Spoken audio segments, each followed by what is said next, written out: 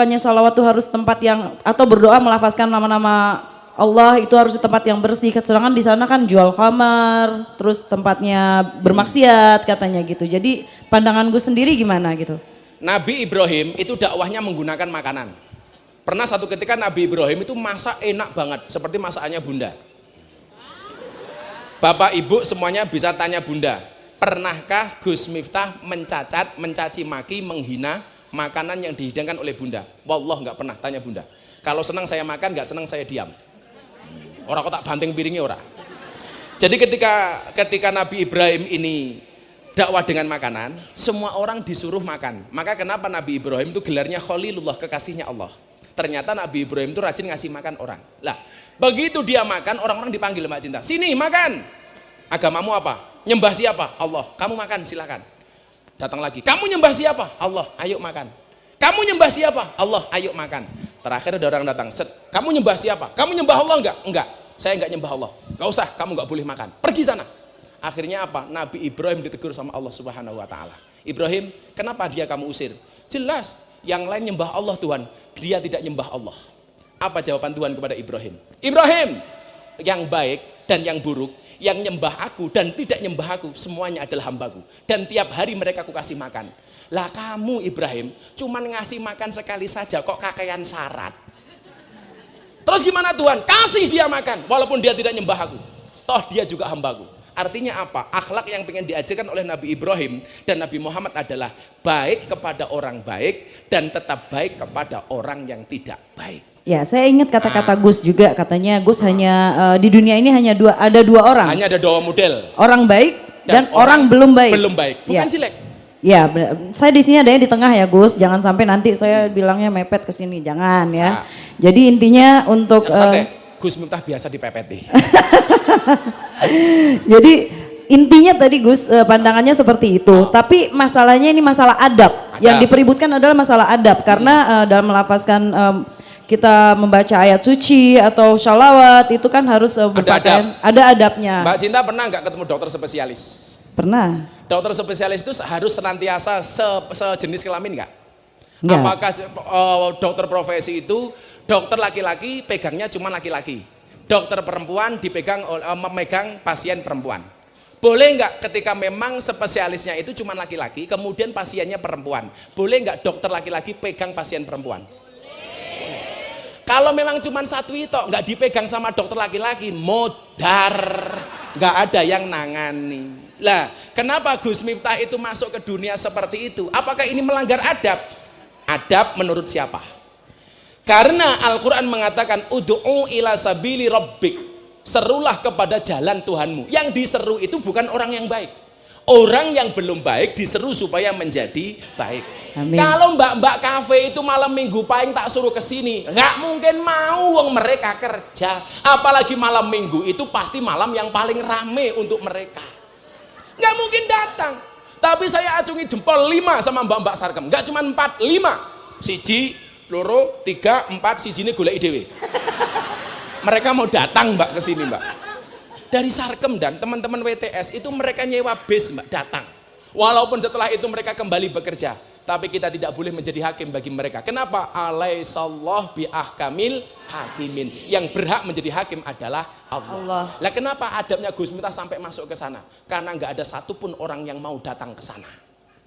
Kalau kemudian netizen tanya sama Gus Miftah, ini mbak, yang barangkali Mbak Cinta nanti harus sampaikan.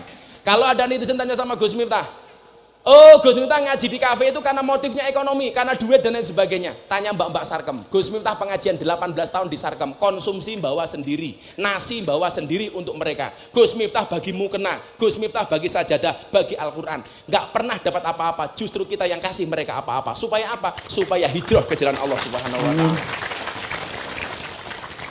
Kowe kudu iso ngono kuwi le ra Ada lagi mbak? Ya ada lagi pertanyaan. Yang lebih pedes pertanyaannya apa? Aduh, saya takut nih, saya di kampung Gus Miftah nih. Oh, ntar apa-apa. Saya nggak bisa pulang. Oh, pulang. Nggak apa-apa, ntar bapak-bapak temenin saya pulang, kan bajunya sama. Cie. Bang Gasim langsung yes. Biasa kalau host itu biasa kayak gitu. Modus. Biasa kan Gus Miftah nyuarakan nih. ada sebuah pandangan, kenapa nggak diberitahu dulu gitu? Maksudnya menggunakan pakaian sopan gitu kan, setidaknya tidak ada yang namanya zina mata yang beriringan dengan sholawat gitu. Kenapa sih nggak dikasih tahu dulu Gus gitu? Begini, belum tentu orang yang melihat itu nafsu dan belum tentu orang yang tidak melihat itu tidak nafsu. Banyak orang di kamar sendiri nggak lihat apa-apa, tidur begini, tapi otaknya kemana-mana. Contohnya gue toh. Ini di kamar loh, fantasinya kemana-mana. Tapi banyak orang yang kemudian berjumpa dengan hal seperti itu sama sekali tidak ada pikiran apapun. Mbak, kalau memang saya harus nakal, sudah 18 tahun. Alhamdulillah, jangankan kok alkohol, ngerokok pun saya tidak. Santri semuanya bisa lihat, pernahkah abah ngerokok? Enggak. Kalau kemudian orang berpikiran, alah paling ngaji di kafe habis ngaji minum. Wallah, sekalipun satu tetes pun Gus Miftah tidak pernah merasakan namanya alkohol. Jangankan alkohol, ngerokok gitu cangkemku radoyan. Enggak. Kenapa? Karena saya yang jaga. Kalau saya sampai minum, saya tidak berhak ngasih tahu mereka untuk ngaji. Kenapa? Karena nggak ada bedanya saya dengan mereka. Kalau kemudian kemarin Mbak seperti itu sebenarnya nggak terlalu ekstrim seperti itu. Memang pernah sekali dua kali seperti itu. Tapi rata-rata kalau Mbak Sarkem itu ikut pengajian Mbak, mereka juga pakai jilbab. Makanya daripada nyinyir, coba datang ke sana. Mereka tanya, Gus Miftah ikhlas nggak ngasih kami mukena atau ruku atau sajadah? Ikhlas. Syaratnya apa? Untuk sholat, jangan untuk kemul. Saya bilang begitu. Ini kan masalah sudut pola pandang aja, makanya kan aku juga hanya bisa menengahkan saja gitu. Jadi kadang-kadang mereka juga pakai, kadang-kadang tidak. Ya. Tapi yang jelas, kita tidak bisa memaksa mereka. Kalau mereka saya paksa, maka jadi ngaji. Kamu harus berjilbab. Nanti kalau ada tamu datang, kamu sapa dengan kalimat Assalamualaikum. Bubar tamu ini rata kok. Ya maksudnya gini loh Gus, pandangan orang tuh berbeda-beda ya, apalagi pasti netizen, ada yang nggak suka. Netizen gaib. Dan ada juga yang aku lihat itu bilang, yang ngebela Gus ya di komen ya, yang dia bilang dia salah satu, kalau nggak salah namanya Dennis, dia salah satu murid Gus yang dulunya juga sadarnya di. Sudah ini saja. Komplit, ini iki. Mana? Iki. Ada orang ya? Ini lebih sadis daripada itu. Mana? Sini naik panggungnya ini munggah panggung nih, ngenteni abah le. Ben ngerti. Ini munggah panggung nih. Sini sih nggak apa-apa wis lompat. Kowe kaya lompat nggo kulkas kan lho. Berarti maling. Ini namanya Mas Zulham. Ya. Mas Zulham. Siap, Mas. Ini dulu dunianya malam. Keamanan kafe-kafe. Bikinannya minum.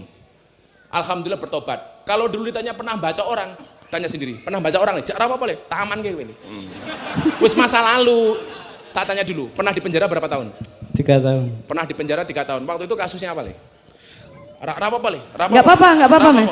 Udah aman. Penting pernah baca uang atau apa gitu aja. Pernah baca orang. Pernah baca. Di penjara 3 tahun. Nah. Kemudian jadi keamanan kafe berapa tempat? 2 tempat. Sekaligus. Sekarang setelah kamu kenal Abah, kamu ikut ngaji Abah, kamu masih kerja di kafe nggak, Le? Kenal Abah di kafe atau kenal Abah di? Dia datang ikut ke pengajian. Oh, datang ikut pengajian. Termasuk di tempat prostitusi itu. Okay. Karena dia mikir, masa sih di tempat seperti itu ada ngaji, dan dia datang, alhamdulillah dapat hidayah. Oh. Dan gaji kamu dari 2 kafe itu dulu kamu tinggal. Kamu sekarang kerjanya apa? Yo, alhamdulillah ada aja. Ada saja. Meninggalkan 2 tempat gajinya tiap bulan ada. Sama, saya juga kayak gitu. Alhamdulillah. Nah, sama. Meninggalkan yang dibenci Allah untuk atau yang jangan-jangan jodoh nih malah. Oh, Masya Allah. Ini enggak dari Padang ceramahnya jodoh.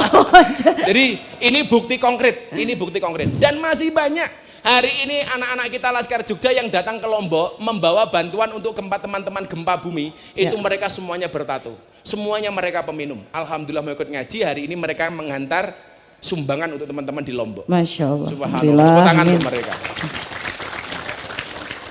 Mukanya diketokke. Iki. Nah, iki. Iki mbiyen gaweane mbacoki wong, saiki mbacok atine wong kan melu ngaji. Jatuhnya rasa cinta, mahabbah. Ini sama seperti Mas Dennis ya, Mas Dennis juga mengaku lebih parah dari Dennis. Ya. Tapi Dennis itu benar-benar sadarnya pada saat Gus ceramah di dalam sana katanya. Kalau nggak salah Kalau kemudian orang bertanya begini, apakah Gus supaya mereka mendapatkan hidayah? Hidayah itu urusannya Allah, ya, bukan benar. urusan saya. Tapi hidayah itu harus dijemput, harus dikejar. Harus dijemput. Ya, benar. Kalau kemudian wasilahnya gara-gara saya, itu urusan Allah. Ya karena kalau Denny sendiri nih Gus, makasih ya Mas. Ya, kalau Denny sendiri waktu zaman saya masih jadi penyanyi, kalau nggak salah saya juga pernah nge-DJ di salah satu klub yang Denny kerja. Dan makanya tadi saya cari tahu Dennis, ternyata saya kenal Dennis salah satu manajer di klub itu dan dia pernah manajerin saya dulu. Dia bilang apa? Iya saya baca di kalimat di komennya dia bilang dia sadar dan sekarang hijrah dan sekarang di pesantren ini akibat gara-gara waktu itu Gus pernah selawatan di klub itu juga katanya. Ya. Alhamdulillah. Dan Mbak Sarkem juga itu selawatan. Di Sarkem itu Mbak, itu kadang acaranya sholat isya, kemudian kita tahlilan, sholawatan, kemudian pengajian tanya jawab. Oke, tunggu aku mau nanya sedikit Gus, mumpung aku ingat ya. Apa? Ini pertanyaan dari aku pribadi. Gus pada saat sholawatan itu bener kayak kemarin di Bali ya, aku lagi di Lombok, Gus di Bali. Di Bose Bali. Iya Bose Bali ya kan. Itu nungguin orang pulang dulu atau orang lagi jedang-jedung Gus masuk? Itu memang sengaja kita kumpulkan. Kalau pengajian itu kita kumpulkan, baik karyawan maupun mereka tamu yang mau datang. Di jam berapa? Itu sebelum acara. Sebelum acara? Sebelum acara dugem. Oh sebelum acara dugem. Oke, berarti nggak jedung-jedung. Jadi sebelum mereka dugem, dunia gemerlap, kita dugem dulu, duduk gemetar. La ilaha illallah. Ya ini sebenarnya ini pertanyaan yang hampir sama seperti tadi Gus ya. Cuman ini dari netizen juga masih tetap menanyakan ini. Kalau tempat itu tergolong tempat yang terdapat najisnya, lalu melafazkan kalimat Allah dan salawat di dalam sana. Sebagian pandangan menyamakan itu dengan seolah melafazkan kalimat Allah di dalam kamar mandi. Gimana tuh menurut Gus? Mbak Cinta pernah masuk toilet? Pernah? Kalau masuk toilet itu doanya apa? Belum belajar. Allahumma inni a'udzubika minal khubusi wal khobais. Allahumma. Yang namanya doa masuk toilet itu doa dulu baru masuk. Setelah kita selesai buang hajat, ada nggak doa keluar toilet? Ada. Kalau ada doa keluar toilet itu membaca dulu baru keluar atau keluar dulu baru membaca? Membaca dulu. Tapi kan baca dalam hati Gus. Apanya? Bacanya dalam hati bukan? Membaca doa ketika keluar dari toilet itu tidak harus sirri. Begitu kita mau keluar, alhamdulilladzi adzaba ma yu'dhini wa abqa fi ma yanfa'uni sambil keluar. Itu boleh. Boleh. Itu boleh. Ada ulama yang mengatakan kalau kamu berwudu di dalam toilet, di dalam kamar mandi ada toiletnya, maka doanya adalah sir. Ada yang mengatakan seperti itu. Yeah. Ada yang kemudian kita keluar dari kamar mandi berdoa, alhamdulilladzi adzaba anil adza. Itu boleh. Boleh ya? Boleh. Yang tidak boleh itu berlebih-lebihan Mbak. Mentang-mentang malam ini mau selawatan di Pondok Raji, lupa dengan syairnya mandi sambil duduk di toilet, ngingat-ingat sholawatnya. Sholatullah salamullah, itu nggak boleh. Itu namanya berlebih-lebihan. Oke. Lebay. Nih lebay ada salah satu murid lagi nih Gus ya. Salah satu murid dari guru Gus. Yang salah satu murid dari guru Gus piye Iya, jadi Gus punya guru katanya dan dia salah satu dia salah satu murid juga gitu, tapi murid baru. Gus murid kan senior, dia masih junior. Cuman dia ada dengar kabar gurunya ini sayang sama Gus, tapi Gus ini agak nakal katanya. Nah, itu gimana? Kira-kira Gus tahu nggak siapa gurunya? Lah kalau Gus emang nakal. Kalau nggak nakal nggak mungkin mereka cinta sama Akyu. Siapa tuh Pak gurunya? Iya saya nggak tahu, dia cuma nulis di komen itu. Dia itu Gus Miftah itu adalah gurunya itu sama dengan saya, tapi guru saya bilang kalau Gus itu agak nakal, tapi guru saya sayang sama Gus. Kalau saya itu nakal dari SMP Mbak. Dia udah nakal. Jadi kalau kemudian ada orang, oh dasar Ustadz nakal, emang nakal. Karena binaan saya santri-santri nakal. Bagaimana saya mau nangkap maling kalau saya tidak tahu ilmunya maling? Yang nempokin banyak, aku takut pulang. Tunggu, ini ada pertanyaan agak pedes sedikit ya. Agak berani nggak ya? Berani. Bu, ini pertanyaan dari netizen ya Bu, bukan dari saya. Nggak apa-apa ya. Santai, mereka itu orang-orang yang besar dadanya. Artinya baik hatinya. Amin, amin. Kempes.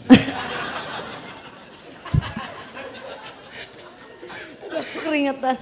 Apa Mbak? Enggak. Yang paling pedes apa? Yang paling pedes gini, ada katanya viral, hari ini viral Gus ya, masalah yang tadi dan disama-samakan dengan beberapa ustadz. Dan ada juga beberapa ustadz yang sudah menjawab dan tidak setuju dengan apa yang Gus lakukan gitu. Jadi gimana pendapat Gus? Ya nggak apa-apa, tidak harus semua sama. Nabi itu sebagaimana saya pengajian di Padang tempatnya Mbak Cinta, Nabi itu hadis riwayat Ahmad dan Baihaqi dalam kitab Mishkatul Masobih yang oleh Imam Albani dikatakan ini soheh. Nabi itu jumlahnya ada 124.000 nabi. Ulama alladzina hum warasatul anbiya. Ulama itu ahli warisnya para nabi. Karena nabi jumlahnya banyak, warisan yang turun kepada kiai itu beda-beda. Ada kiai yang mendapatkan warisannya Nabi Sulaiman. Kaya, contohnya Ustadz Yusuf Mansur, Paitren, Sulaiman. Ada kiai yang mendapatkan warisannya Nabi Musa, gagah, Habib Rizik, cangkemnya atos. Gagah. Ada kiai yang mendapatkan warisannya Nabi Ayub, sabar umpamanya. Kayak Habib Lutfi, Pekalongan, sabar beliau, sabar. Ada kiai yang mendapatkan warisannya Nabi Dawud, suaranya bagus, Habib Syekh, suaranya bagus. Ada kiai yang mendapatkan warisannya Nabi Yusuf, ganteng, Gus Miftah.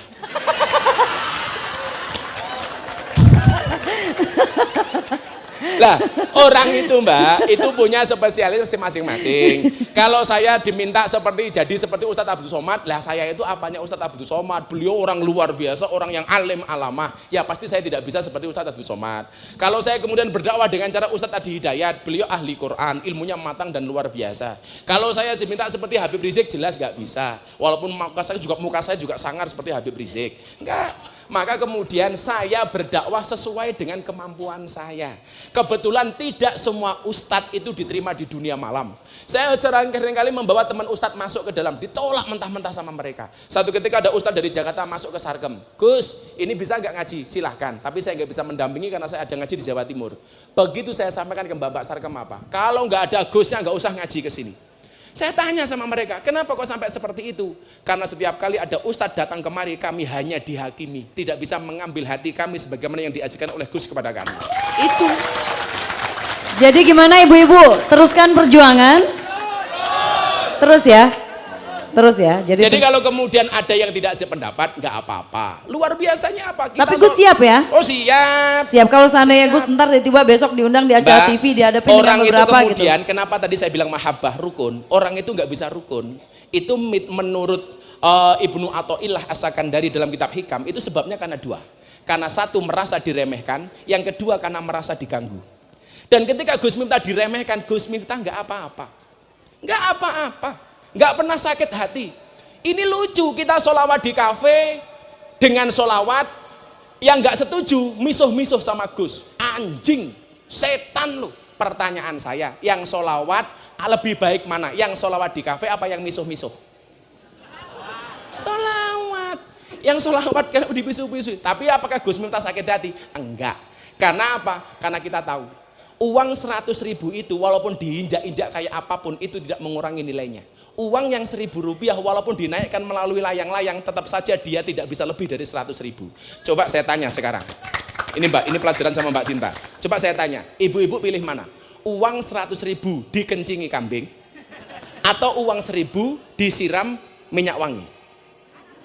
Anda pilih mana? Uang 1.000 minyak wangi atau uang 100.000 karena dikencingi sama kambing? Tetap milih 100.000 walaupun ada kencing kambingnya 100.000. 1.000 nggih apa? Artinya apa? Kalau memang dasarnya orang itu baik, mau dihinakan seperti apapun tetap saja dia akan kelihatan baiknya. Kalau orang itu jelek, mau dinaikkan seperti apapun tetap saja kelihatan jeleknya. Lah Gus Miftah yang mana? Sing elek.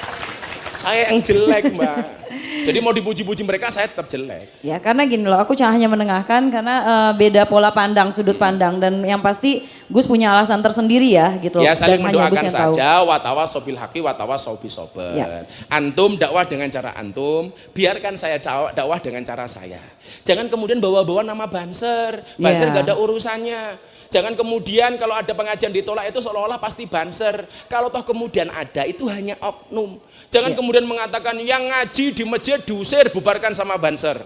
Yang ngaji di tempat maksiat, kenapa enggak dibubarkan sama Banser? Ini urusannya dengan Gus Miftah, enggak dengan Banser. Enggak dengan Banser.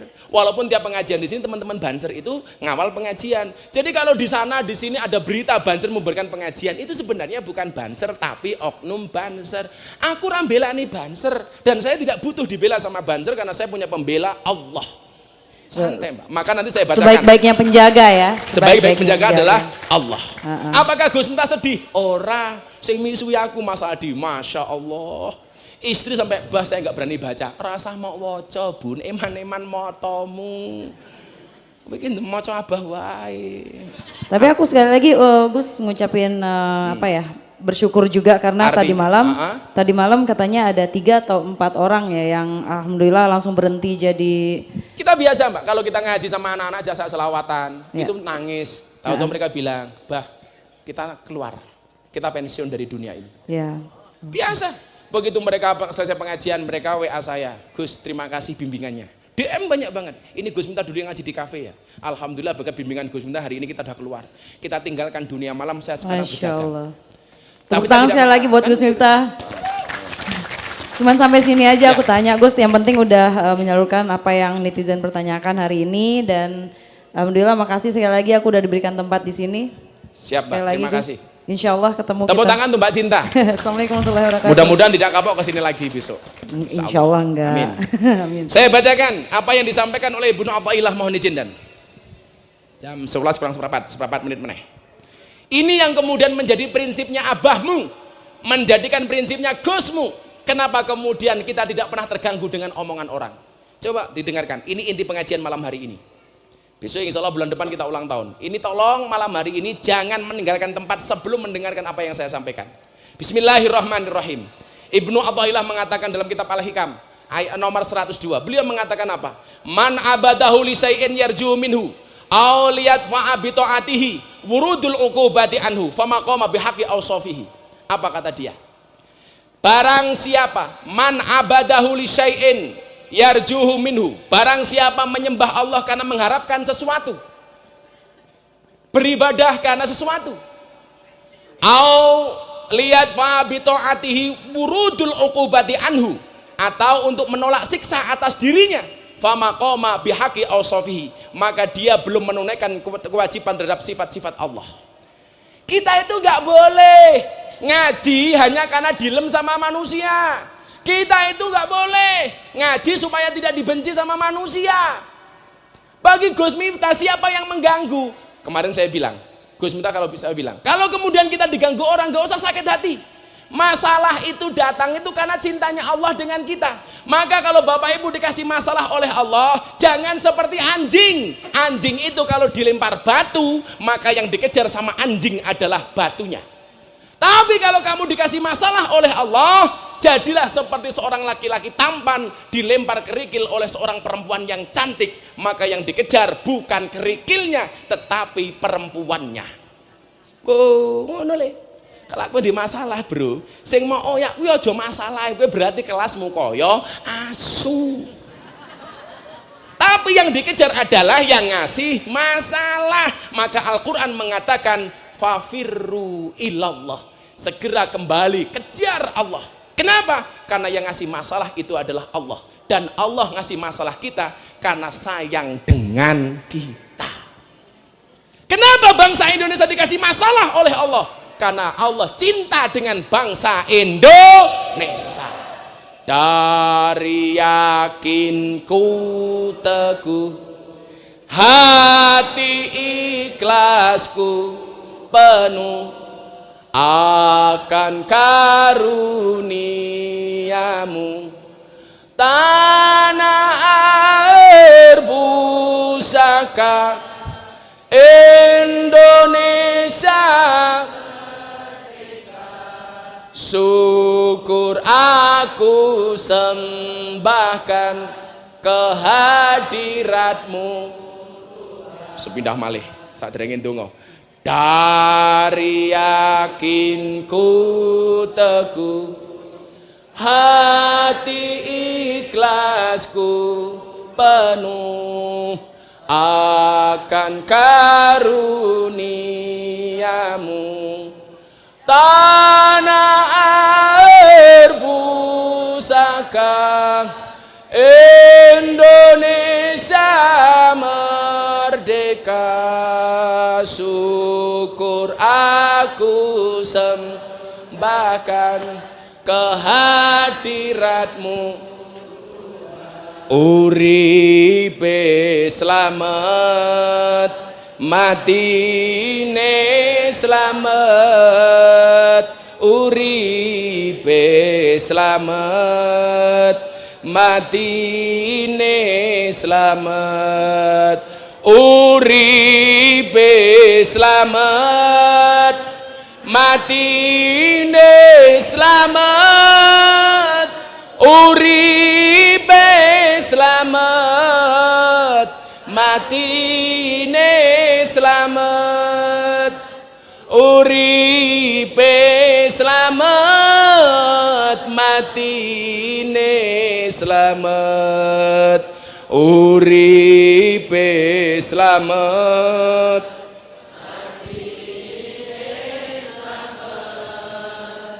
uripe slamet, matine slamet, hayatu salam, mautu salam, hayatu salam, mautu salam, hayatu salam, mautu salam, hayatu salam, mautu salam, hayatu salam, mautu salam, hayatu salam, mautu